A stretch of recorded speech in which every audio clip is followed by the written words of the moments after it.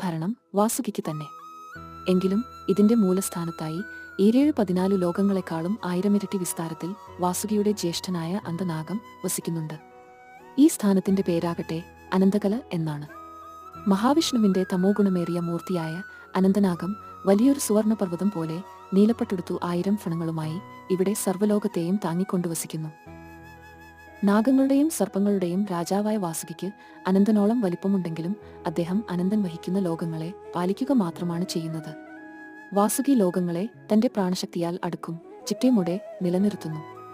വാസുകിക്ക് 800 ഫണങ്ങളുണ്ട്. അനന്തനോളം നീളവുമുണ്ട്. പാതാളത്തിൽ നാഗത്താന്മാരായ ധനഞ്ജയൻ, ശംഖപാലൻ തുടങ്ങിയവരുണ്ട്. ഈ നാഗങ്ങൾക്ക് 100ഉം 200ഉം 700ഉം ശിരസ്സുകളുണ്ട്. ഇവരെല്ലാം ഈശ്വരാംശങ്ങളാകയാൽ ഗരുഡനെ ഇവർക്ക് പേടിക്കേണ്ട കാര്യമില്ല. നാഗവും സർപ്പവും തമ്മിലുള്ള വ്യത്യാസം. നാഗം എന്നത്